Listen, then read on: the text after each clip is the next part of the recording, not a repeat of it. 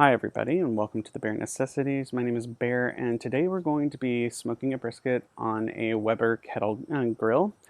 It's not as difficult as a lot of people think it is.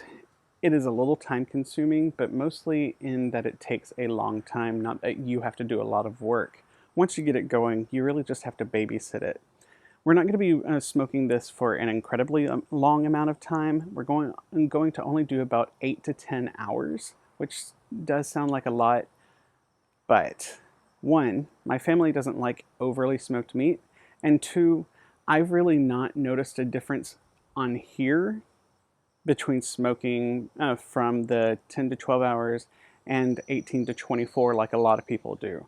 If I had a larger, more professional smoker or something like that, then yeah, I would let it chill in there for a whole day. But because I don't, I'm using what I've got. So to get started, I have already set the interior of the grill up. You don't have to have anything fancy. A lot of people use just disposable aluminum foil pans because you can clean them up and recycle them afterward. I like to just use aluminum foil because then I can mold it to the inside of the shape. Since this is round, it's a little awkward with those little pans because they don't come into, half round shapes. And then I've also got a little pan of water because that's going to help regulate our temperature during the entire smoking process. So actually, let me grab you and get you to join me for just a second and I'll show you my setup.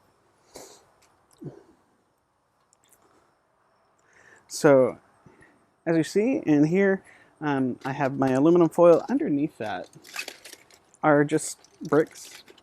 We have a fairly new house, so it came with a huge amount of bricks. And then my little pan of water. These are matches. I'm not leaving them in there, don't worry. If you're wondering what these are, they're called tumbleweeds. They are an oil-soaked wood that helps light the charcoal. This is just standard charcoal with mesquite wood in it because I like to have that little extra kick of smoke. Once this all comes to heat, then I'll show you the wood that I add in to completely smoke it. But we're going to get started by lighting this up and getting it all prepped because it takes a while. So let's move you back. There you go, nice and settled. All right, so to get started, simple enough. This charcoal, I've already put just a tiny bit of lighter fluid in because you don't need much. This doesn't have to be a huge fire because that's not what you're going to be cooking with anyway. So let's get it lit.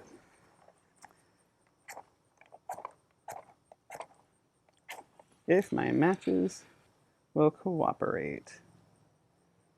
And I'm just lighting the little tumbleweeds, the little waxed wood pieces. I'm going to let them get going. And let the match burn down in there.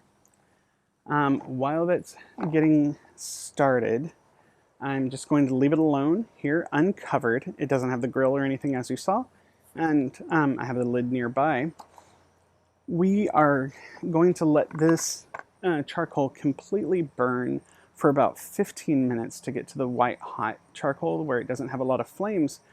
Then I'm going to pop the actual grill on top of it, put the lid on, vent it correctly, which I will talk to you about, and then we have to let it sit for a whole hour. And in that hour, what that's going to allow this to do is the water is going to come up to temperature because it will never get above boiling, even though it won't ever get that high.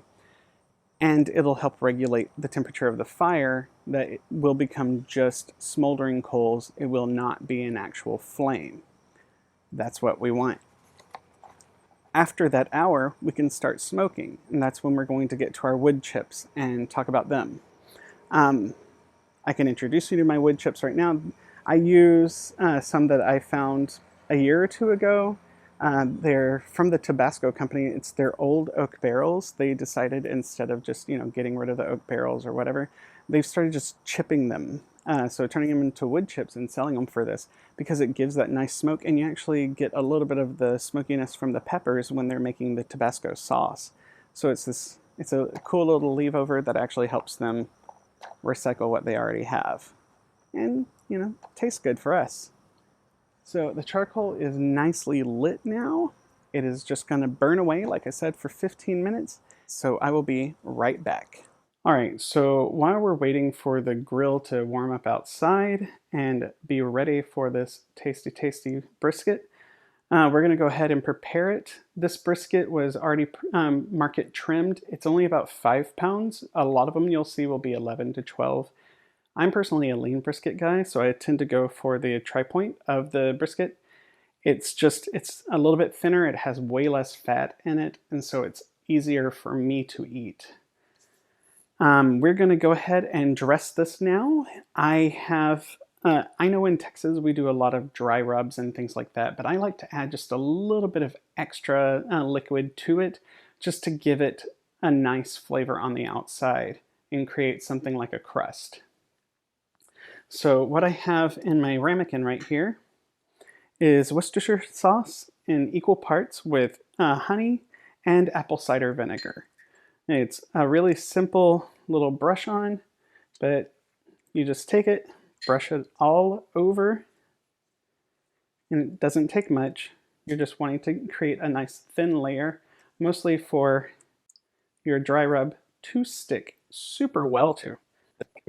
While we're getting this done, I'm going to talk to you about what I call my shake. In our house, I have a general all-purpose seasoning that I use for most meats, especially red meats and things, that I keep in this little bottle. It's a repurposed bottle from the store that used to have granulated garlic in it. I mean, it still does, but it has a whole lot more in there.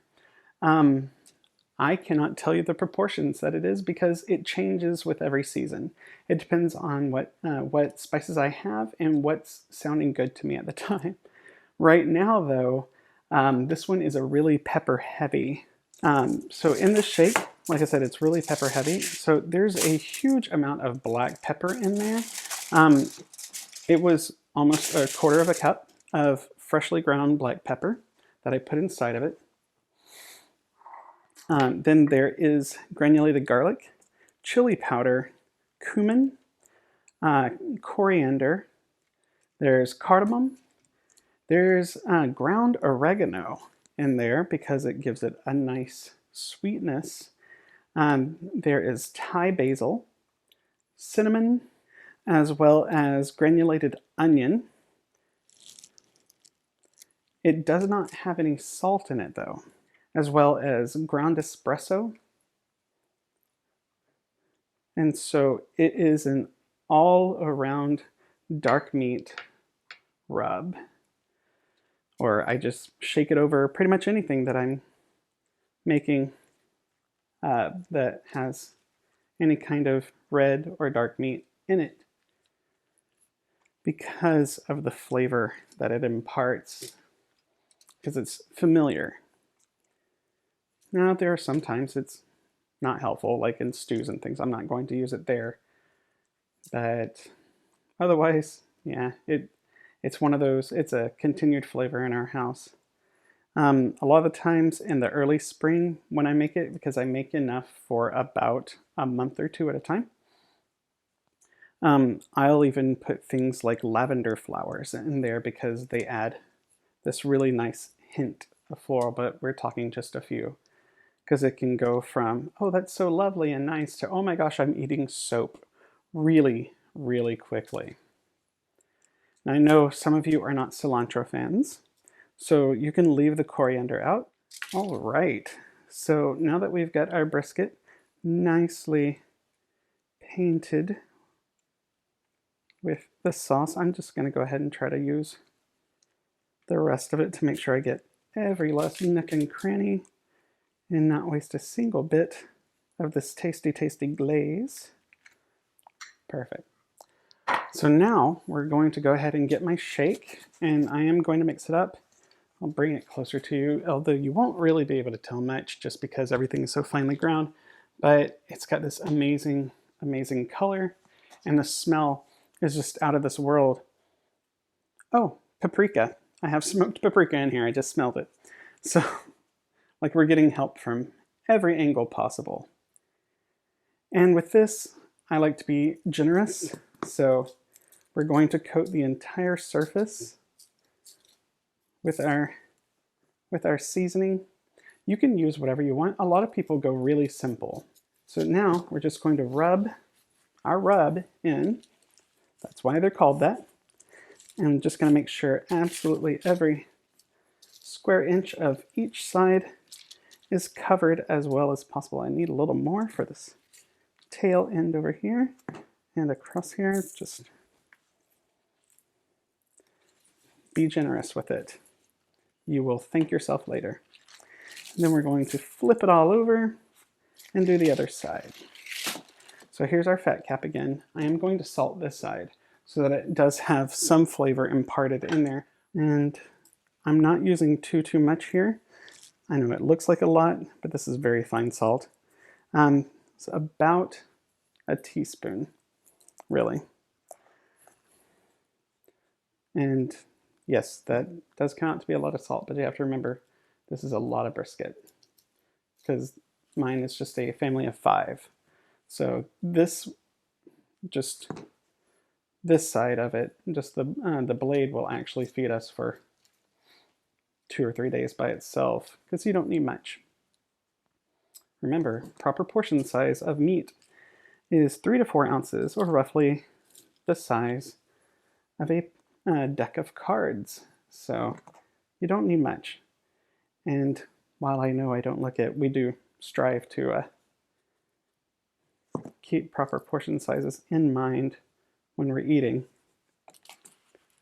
just so that we can have all the things like the 8 trillion cookies that I make a day. Okay, so we have got this completely dressed. I'm going to throw that into the sink. We got this dressed and ready to go. It is salted, it is seasoned, and it also has, remember, it's got the little bit of the liquid glaze on it. So I'm going to get this out on the grill as soon as it is heated up, and we will continue going from there. So see y'all in a bit. All right, folks, so it's actually been almost an hour now. I went ahead and just let the charcoals continue to burn down for the full hour that they needed to be ready. And then I got my I have a little metal tin that I use for smoking because it doesn't require you to have wet wood chips. If you don't have the tin, that's fine. Your wood chips, just soak them in water, and you can actually add a little bit of apple cider vinegar into them too, just for some flavor. It's fantastic. But you just need to soak them in water and keep them wet, and then you'll just sprinkle them onto your actual charcoals. During the cooking process, the way this will work is that every half hour, I will come out here and check to see if I need to add any more charcoal. And then each hour, so every second check, I'm also going to see if I need to add any more wood chips. And then that'll keep it going. I'm going to go get the brisket and we're going to put it on. It will go over the water pan, not over the charcoals, because we're cooking with indirect heat. And then it's going to be on here for about 8 to 10 hours for the day. We might go a little bit longer, it really depends. So let's get that going, okay? Alrighty, so I've grabbed the brisket. I went ahead and opened the lid for myself because let's make life easier. Like I said earlier, I'm going to go ahead and put the brisket over the water side, so where the little pan of water was, now that it's fully heated. And I have already put my chips onto the actual fire itself in that little chip box. Once I get this onto the fire, I'm going to bring you over and let you see the setup. But let's get our meat onto the grill. Okay. Pop this down over here on my table. And let you see what's going on. So, like I said, the brisket sits over the water pan. And then I have my little box of chips, if you can see here. I got it at the store. It was about $6, and it actually came with some chips. But that's just what I do. I have it in there. That way you don't have to wet your chips. They won't directly catch fire, so they just smolder through like your charcoal. And if you see, my charcoal have already burned down quite a bit. When I opened the lid, it was right at 220 degrees, which we want about 200 to 250 for this entire process. That's what you're shooting for. When you need to add charcoal, which I already do because it is time, you start out by adding a little bit more, and you just put a few chunks of charcoal in there. Like I've only got a couple. And we'll get those arranged in there. They don't have to be perfect. You just want them over the general fire. And like I said, every half hour we're gonna come check to see if we need any more charcoal. And if we need chips, we do the same thing. We open up on that side. And we're gonna keep an eye on the water. It shouldn't fully evaporate, but you never know. And so if it does, we just add more. Not a big deal. Make sure when you add it that you've already kind of preheated it, especially to boiling. Boiling would be great. That way you're not losing any of the heat, any of the moisture that comes from it. But let's get our lid on. And we're going to leave this now for the next half hour. I'm gonna come out and check to see if it needs any charcoal. I keep a handy bag over to the side. I just grab 3 or 4, pop them in there. Like I said, I was going to introduce you to my wood chips. This is it. So it's Tabasco wood chips. It's the aged oak from their actual barrels. But I keep those just right here so that they're nearby. But that's it. That's the whole setup. We're going to let this smoke now until this afternoon. Then I will take it out and I will show you how we then continue, because this is only part 1. We actually are going to finish it in the oven, but I will show you that later because it's not a lot of steps, but it would be a lot right now. So I'll see y'all back in a little bit. All right, so it has been a very long day. It's been 9 hours of smoking. So now what we're going to do is get the brisket wrapped up in some foil, and we're going to finish it off in the oven at 250 degrees, which is what we had outside in direct heat with the aluminum foil around it, and it'll finish in about 3 to 4 hours. So let's get our briskets wrapped up and in the oven. So impeccably clean hands. And this was the one that had the fatty side, and it has reduced significantly.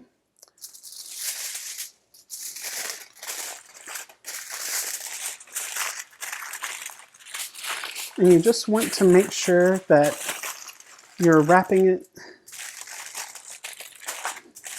so that it's fairly tightly sealed. It doesn't have to be perfect, so that's okay.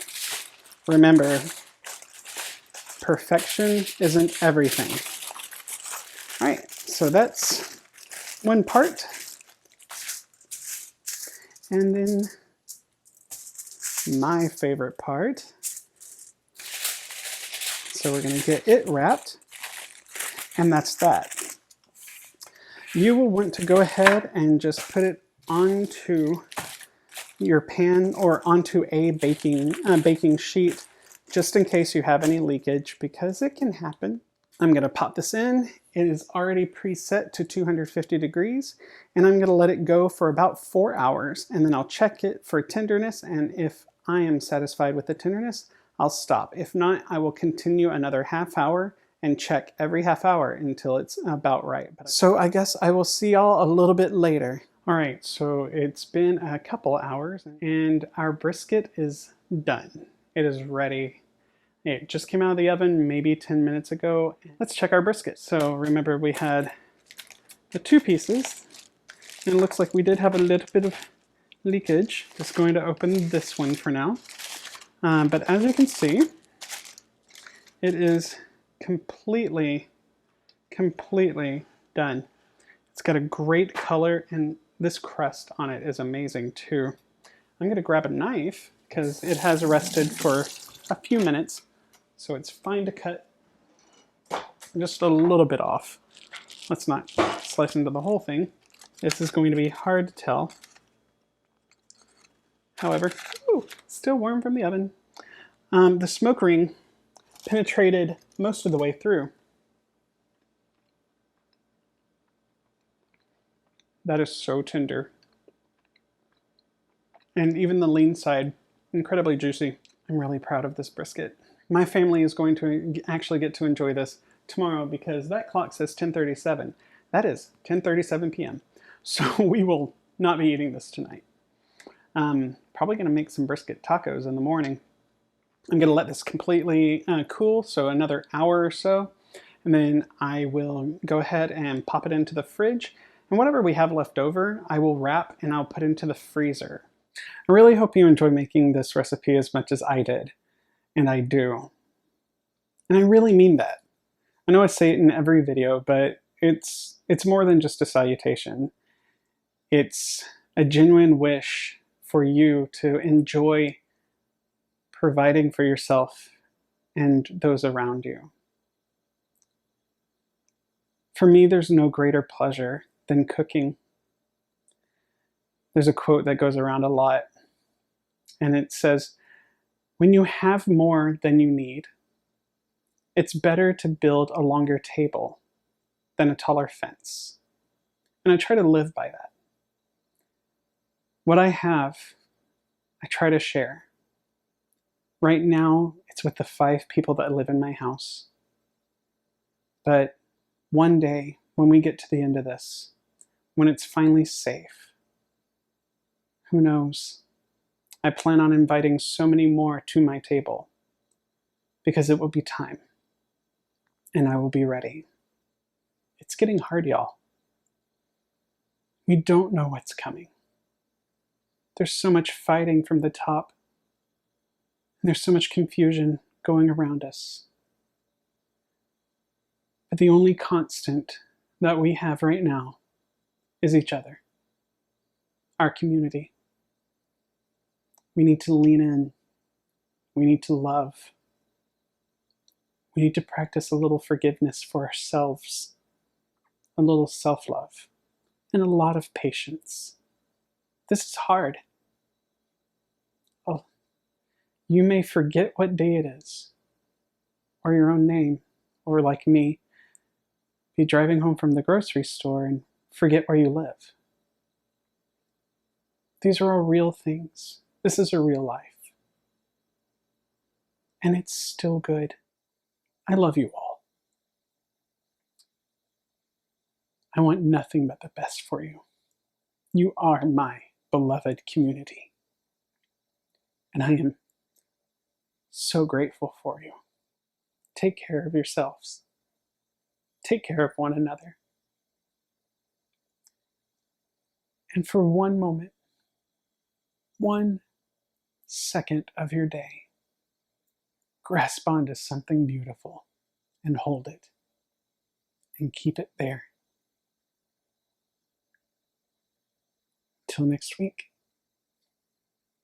Bye.